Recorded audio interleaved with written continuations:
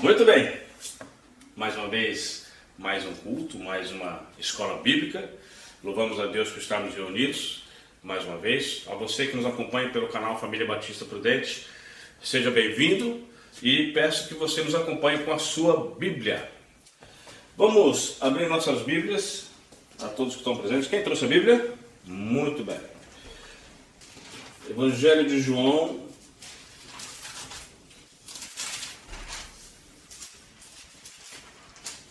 capítulo 17.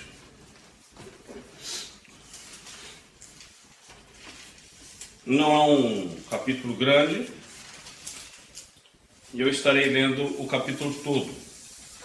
Esse é o texto base para a nossa escola bíblica de hoje. Diz assim a palavra do Senhor.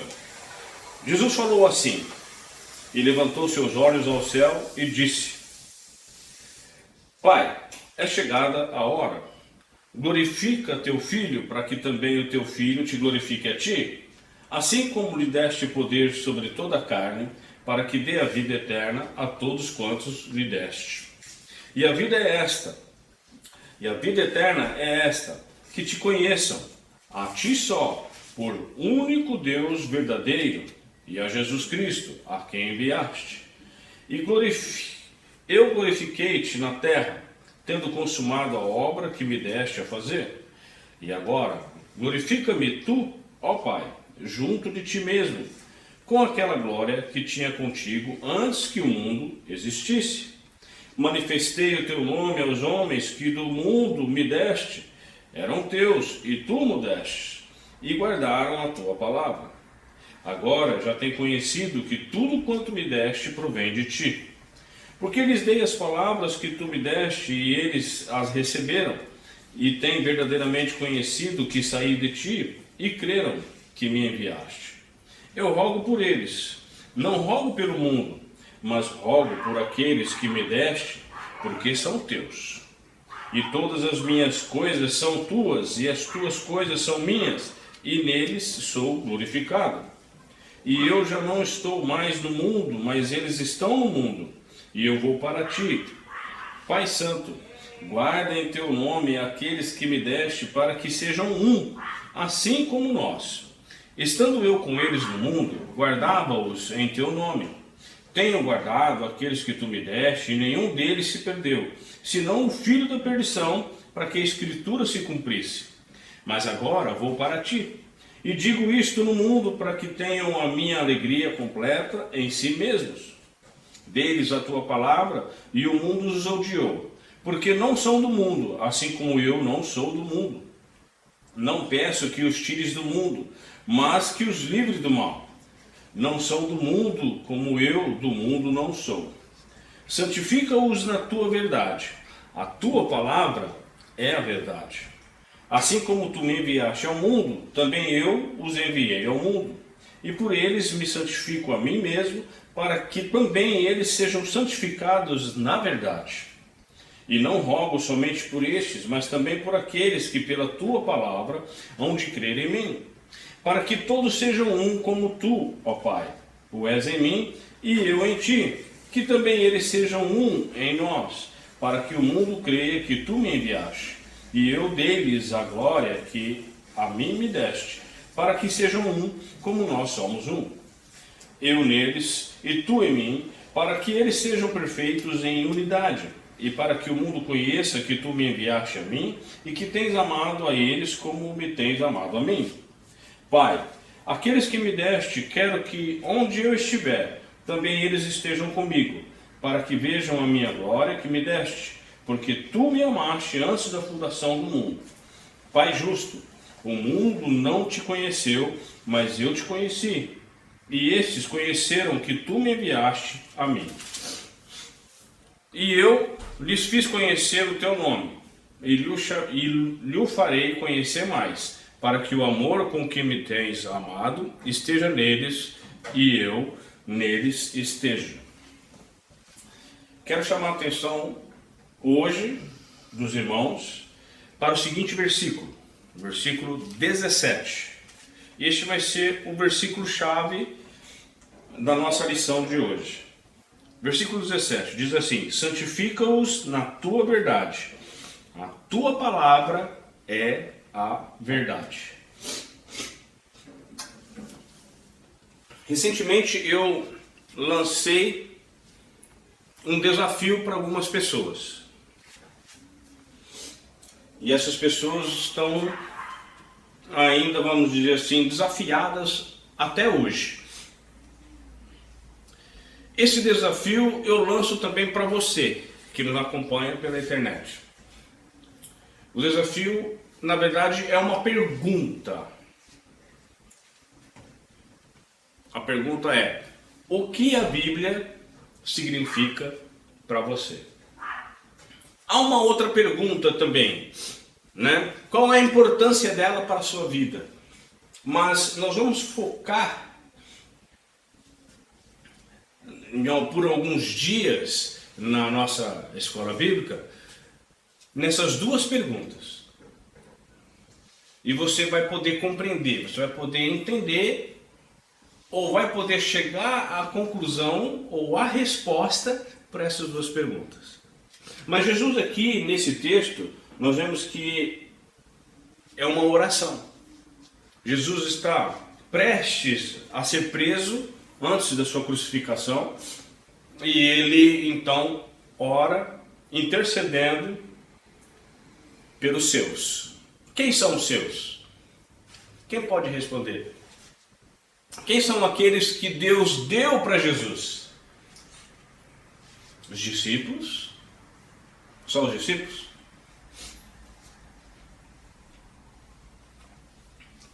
Quem estava com ele sempre? Quem estava com Jesus? Era só os discípulos? Não. Vamos lembrar alguns nomes, dos quais foram salvos pela graça de Deus, com Cristo presente. Vamos lá, vou citar um nome.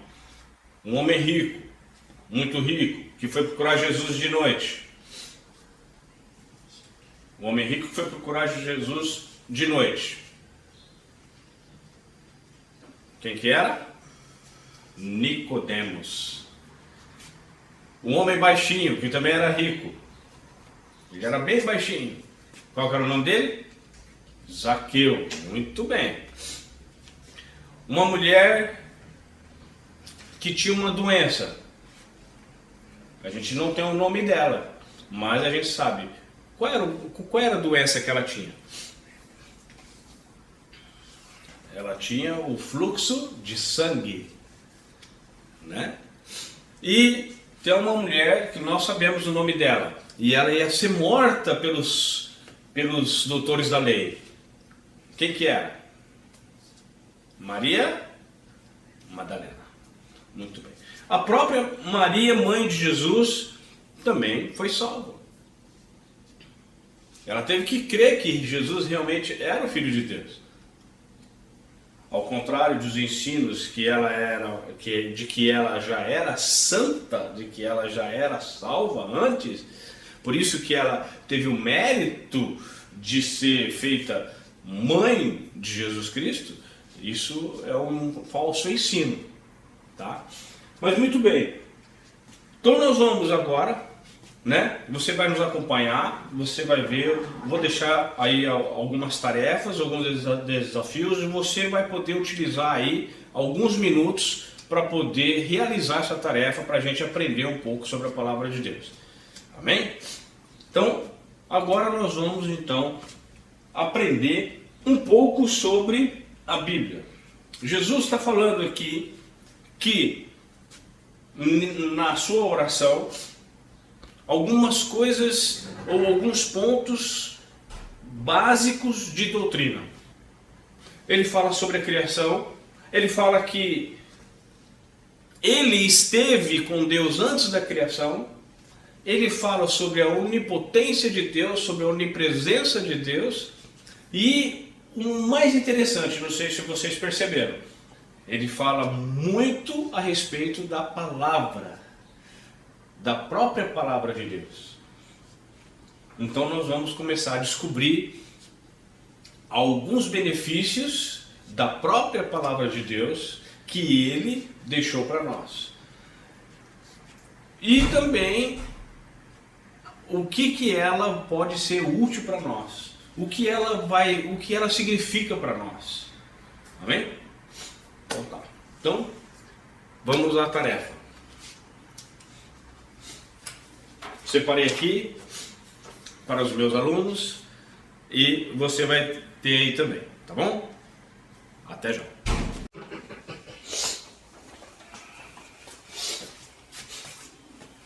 Legal, deu pra gente exercitar um pouquinho as pesquisas, não é? Então vamos lá. Então, nós vamos fazer as perguntas em forma de explicação para a gente poder compreender bem aí a respeito da Bíblia. Então nós estamos, vamos dizer assim, estamos dando início a uma série de estudos doutrinários. São as doutrinas fundamentais bíblicas. Então nós estamos começando pela doutrina das Escrituras. Muito bem. Então vamos lá. A Bíblia, ela contém duas divisões básicas. Depois nós vamos ver que tem mais algumas divisões, né? Alguns já tem até marcado lá no índice da Bíblia as divisões, as principais divisões dos livros. Mas nós temos aí duas divisões básicas. Essas duas divisões básicas são quais? O Velho e o Novo Testamento. Muito bem. Quem acertou? Quem acertou? Todo mundo acertou? Legal. Muito bem. Temos na Bíblia, né? Nós vemos que a Bíblia é como se fosse uma biblioteca, uma pequena biblioteca. Quando você carrega a sua Bíblia, você está carregando uma pequena biblioteca. Essa pequena biblioteca, ela contém quantos livros? 66. Se você acertou, está de parabéns. 66 livros. Ah, irmão, mas eu tenho uma Bíblia em casa, que não sei o quê. Uma Bíblia impressa, chamada de Bíblia Católica. Ela tem os livros apócrifos. São os livros que não são canônicos. Tá? São livros que contam histórias verídicas, histórias verdadeiras, tá? Mas elas não são canônicas, ou seja, não tem teologia dentro desses livros apócrifos, ok? Muito bem. Nós vemos que Jesus, em sua vida aqui na Terra, ele sempre usou a própria Bíblia, ou o próprio Velho Testamento, para falar dele, para falar da obra dele, para falar da vinda dele. E como é que Jesus chamava, ou como é que ele se referia ao Velho Testamento?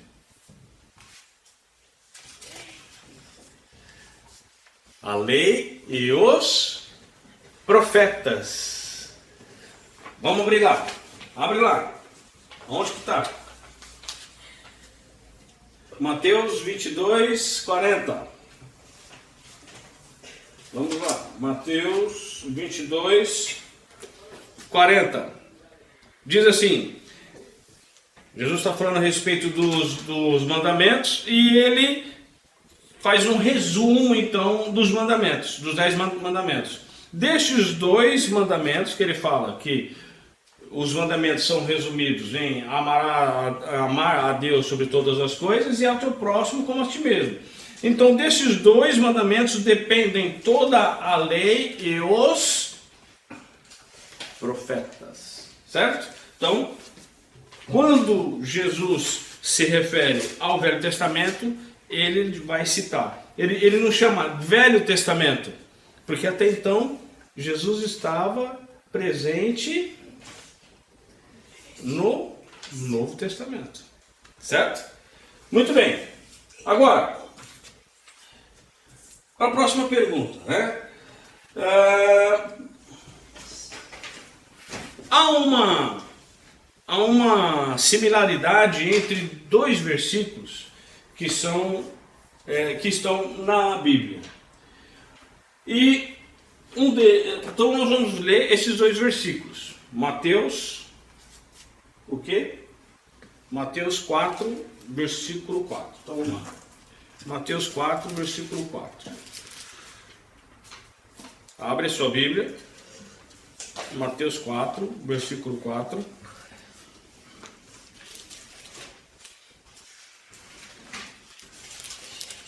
E vamos conferir aí. Diz assim: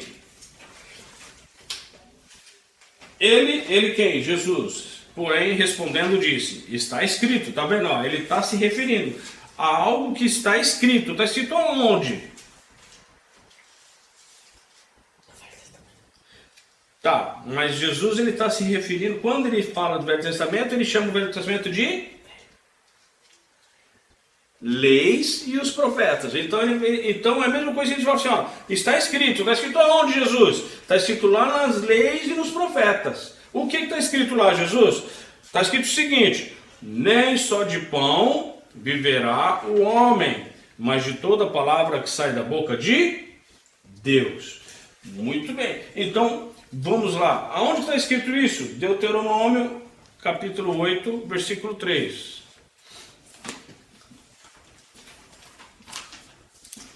Deuteronômio 8, 3. Diz assim: e te humilhou e te deixou ter fome, e te sustentou com o maná. Então, Moisés está falando aqui a respeito do que Deus fez com o povo. Deus sustentou o povo com o maná, que tu não conheceste, nem teus pais o conheceram, para te dar a entender que o homem não viverá só de pão, mas de tudo que sai da boca do Senhor viverá o homem. Então, nós vemos que a Bíblia, ela é alimento. Então, para nós, a Bíblia, e para o crente, para o cristão, a Bíblia, ela é alimento. Nós não podemos, de forma alguma, como crentes, deixar de se alimentar da palavra de Deus. Todos os dias nós, pela manhã, tomamos o café da manhã, nós almoçamos, jantamos, tomamos um lanche. A mesma coisa, a Bíblia, ela tem que ser na nossa vida. Nós não podemos jamais deixar de se alimentar da palavra de Deus.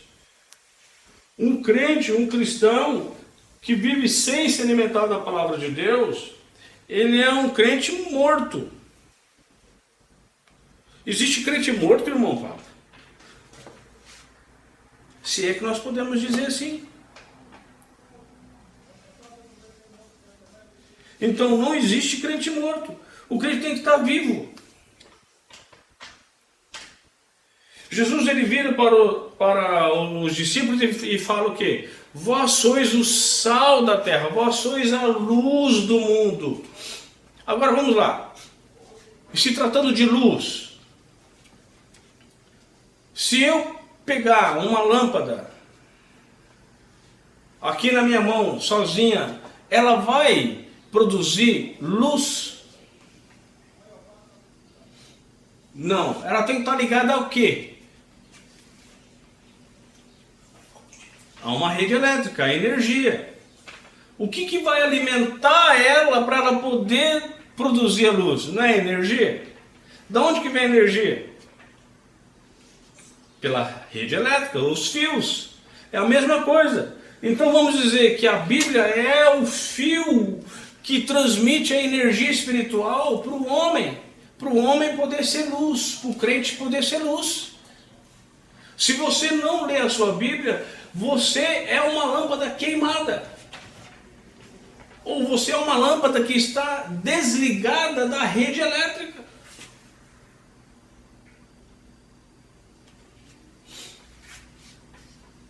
Muito bem. Agora, a Bíblia contém algumas características. E a própria Bíblia, ela cita essas características. E nós podemos ver essas características. Primeira característica, vamos lá ver. João 4. João, capítulo 4.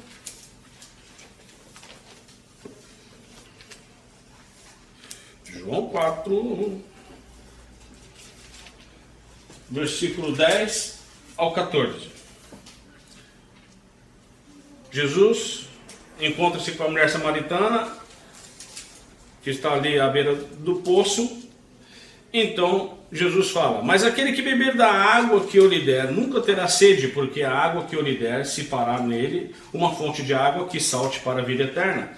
Disse-lhe a mulher: Senhor, dá-me dessa água, para que eu não mais tenha sede, e não venha aqui tirá-la. Disse-lhe Jesus: vai, chama o teu marido. Opa, é isso mesmo.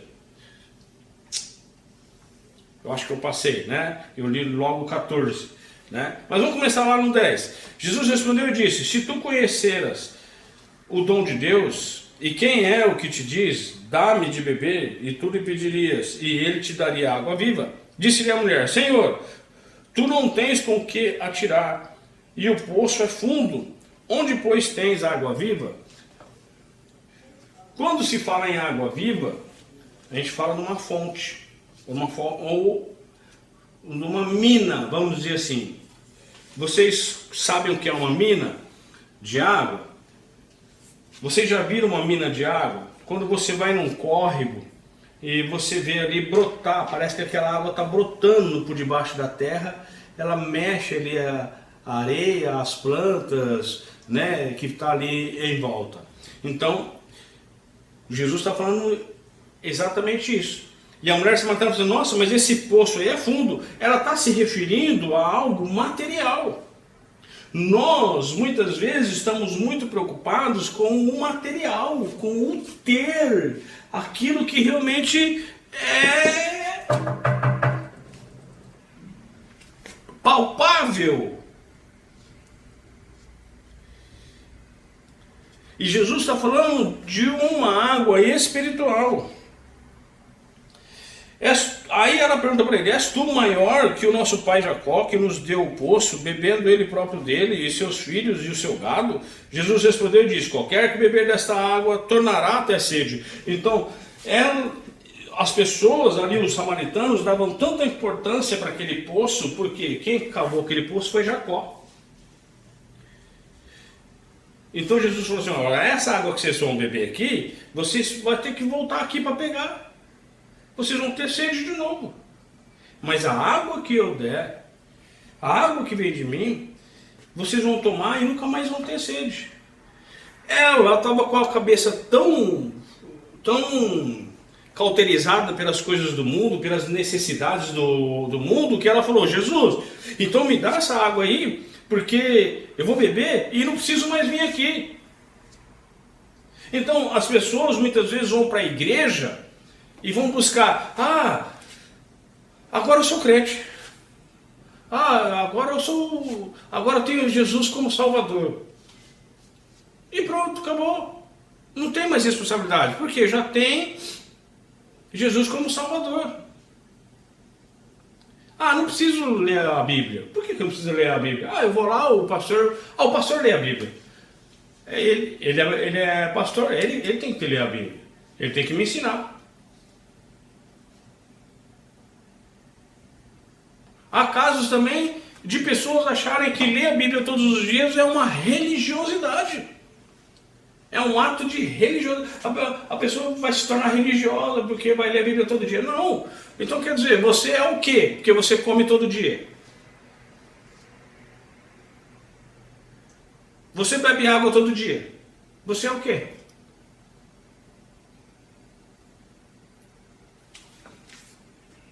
Então, nós vemos a primeira característica aí nesse versículo, que a Bíblia é o quê? Água. A Bíblia é como a água. Ela sacia a nossa sede espiritual. Muito bem. Segunda passagem.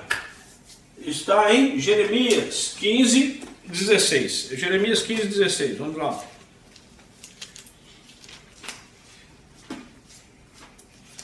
Jeremias 15, 16. Diz assim: achando-se as tuas palavras, logo as comi. Jeremias está falando a respeito da palavra de Deus. E a tua palavra foi para mim o gozo e a alegria do meu coração, porque pelo teu nome sou chamado, ó Senhor, Deus dos exércitos. Achando-se as tuas palavras, logo as comi. Quando você come alguma coisa, você come essa coisa porque ela é o que para você? Um alimento. Certo? Então a Bíblia é nosso alimento, como nós já havíamos dito. Ok? Ainda dentro dessa característica, nós vamos ver aí 1 Coríntios, vamos ver. Primeira carta de Paulo aos Coríntios, capítulo 10, versículos de 1 ao 4. 1 Coríntios, capítulo 10, de 1 aos 4, Paulo está falando: Ora, irmãos, não quero que ignoreis que nossos pais estiveram todos debaixo da nuvem e todos passaram pelo mar. E todos foram batizados em Moisés, na nuvem e no mar. E todos comeram de uma mesma comida espiritual. E beberam todos de uma mesma bebida espiritual. Porque bebiam da pedra espiritual que os seguia, e a pedra era Cristo. Olha só que coisa interessante. Jesus ele é simbolizado no Velho Testamento, ou juntamente naquela questão em que o povo de Israel tinha saído do Egito, é simbolizado como uma pedra, como diz o texto aqui, como uma pedra espiritual que seguia o povo, certo? Dessa pedra vinha o alimento espiritual, certo? Vamos lembrar alguns casos. Por exemplo, 2 casos. Deus, quando o povo estava com sede, vira para Moisés e fala: Moisés, bate na rocha com o seu cajado. A pedra espiritual. Então a rocha foi ferida, a pedra foi ferida, e dessa pedra saiu o quê? Água. Depois, numa outra ocasião, Deus vira para Moisés e fala o quê? Moisés, fala com a rocha, fala com a pedra. Porque dessa pedra ia sair o quê? Água. No Novo Testamento, João, o apóstolo João, ele fala que Jesus era o quê? Era o Verbo, a palavra. E ela se fez carne e habitou entre nós. Então, nós vemos Jesus, a própria palavra de Deus, ela se torna homem. E nós vimos no começo da lição, no texto que nós lemos, no texto base, Jesus falando que ele pegou dessa palavra que vem de Deus, que é o próprio Jesus, e deu aos homens. Então, a Bíblia, ela é o quê? A palavra de Deus, ela é o quê? Comida e bebida. Se você acertou, tá de parabéns. Vamos para a próxima. Próxima passagem. Hebreus 4:12. Hebreus 4:12. Abre a sua Bíblia aí e veja mais uma característica da Bíblia. Vamos lá. 4:12. Porque a palavra de Deus é viva e eficaz, e mais penetrante do que o quê? Espada alguma de 2 gumes, que penetra até a divisão da alma e do espírito e das juntas e medulas, e é apta para discernir os pensamentos e intenções do coração. Então, a Bíblia, ela é como se fosse o quê? Espada de 2 gumes. Tá certo a sua resposta? Você respondeu certo? Parabéns. Por que espada de 2 gumes? O que é gume? Gume é o corte. Gume é o corte. Então, a espada que tem o corte de um lado só, como se fosse uma faca. Já a espada que tem o corte dos 2 lados, ela é uma espada de 2 gumes. Outra característica, Salmo 119 e 105, também um versículo muito bom para que você possa decorar esse versículo. Fica a dica, você aí que está inscrito no nosso canal, nós temos aí um vídeo super interessante falando sobre meditação, como meditar, como memorizar a palavra de Deus. Dou a dica para você lá ver esse vídeo e fazer o exercício da meditação. E esse versículo, Salmo 119, 105, dá certinho para aquele sistema de meditação. Vamos lá. Salmo 119, 105 está escrito o quê? Que é lâmpada para os meus pés quem? É a tua palavra. E o quê? Luz para o meu caminho. Então, a Bíblia, ela é, como nós falamos agora há pouco, do crente, mas ela é o quê para o crente? Lâmpada e luz. Se a Bíblia ela não fosse eficaz, como disse da espada, ela não seria luz. Já viu alguma lâmpada que não serve, ou melhor, que não precisa de iluminar? Ela é uma lâmpada de enfeite. Alguns crentes, algumas pessoas têm a Bíblia em casa só como uma lâmpada. Não faz ela iluminar a vida dela. Então, a Bíblia fica ali, bonitinha, né? A pessoa às vezes tem um aparador, algum balcão, põe lá, abre a Bíblia lá no Salmo, geralmente o Salmo 93, aí deixa lá, fica lá a semana inteira aberta. Você vai olhar as outras páginas estão branquinhas, mas aquela está amarela, porque é a que fica mais aberta. Outra característica, vamos lá. Tiago, capítulo 1, versículo 23 e 24. Vamos lá. Tiago. Hebreus, Tiago, capítulo 1, versículo 23 e 24. Diz assim: porque se alguém é ouvinte da palavra e não cumpridor, é semelhante ao homem que contempla ao espelho o seu rosto natural, porque se contempla a si mesmo, e vai-se, e logo se esquece de como era. A Bíblia aqui, ela está caracterizada como se fosse um espelho. Por que o espelho, irmão Fábio? Porque é pela palavra de Deus que eu vejo onde eu estou errando. É onde eu estou necessitando de ajuda. É onde eu preciso me consertar. Eu ando muito preguiçoso. Aí eu abro a Bíblia, vou lá, Provérbios, vai ter com a formiga, preguiçoso.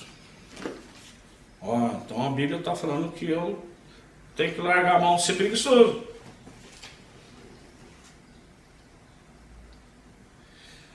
Então a Bíblia é o nosso espelho. Muito bem. Para a gente finalizar. A Bíblia, ela também é tida como uma arma. E o apóstolo Paulo, na sua carta aos Efésios, ele está orientando os irmãos a se vestir da armadura de Deus. Lembrando que na época de Paulo, o governo que dominava o mundo era quem? O governo romano, era Roma. Então você via nas ruas sempre o quê? Os soldados romanos. E quando a gente fala em soldados romanos, a gente lembra o quê? Como é que você sabe que uma pessoa é um policial? Pela roupa. Se você vê um policial, ele está com a roupa de policial, mas não tem arma, é um policial, é um coitado. Né? É assim que a gente pensa, geralmente. Porque ele precisa ter uma arma para se defender e para poder atacar. E Paulo está falando exatamente isso. Para os irmãos da igreja de Éfeso estarem sempre firmes e poderem se defenderem e atacarem, no bom sentido falando, precisa de uma armadura completa. Então, qual é a parte dessa armadura de Deus que o crente tem que ter sempre à mão? Vamos lá, Efésios. Efésios capítulo 6.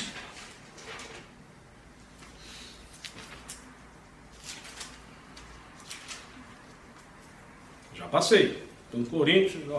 Efésios capítulo 6. Versículo 13 ao 17 diz assim: portanto, tomai toda a armadura de Deus para que possais resistir no dia mau. E havendo feito tudo, ficar firmes. Estais, pois, firmes, tendo cingido os vossos lombos com a verdade, e vestido a couraça da justiça, e calçado vossos pés na preparação do evangelho da paz, tomando sobretudo o escudo da fé, com o qual podereis apagar todos os dardos inflamados do maligno. Tomai também o capacete da salvação e a espada do Espírito, que é a palavra de Deus.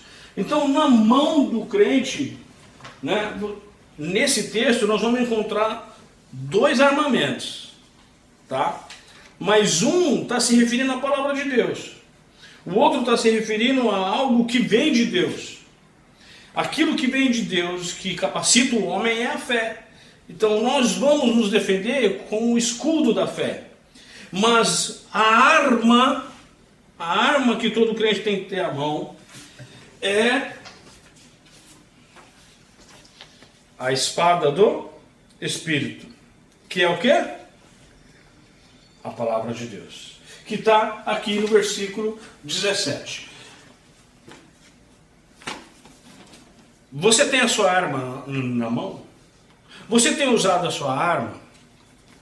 Essa lâmpada, ela tem iluminado a sua vida? Ou você tem deixado ela lá só em cima da estante de enfeite?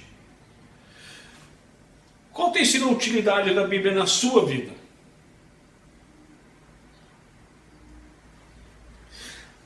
Lembra das perguntinhas que eu falei no começo? Né? Qual o significado da Bíblia para a sua vida? Qual a importância da Bíblia na sua vida? Então, comece a meditar nessas perguntas. A Bíblia tem sido como uma água para a sua vida? Tem saciado a sua sede de conhecimento, a sua sede de instrução? Tem alimentado a sua vida de forma espiritual?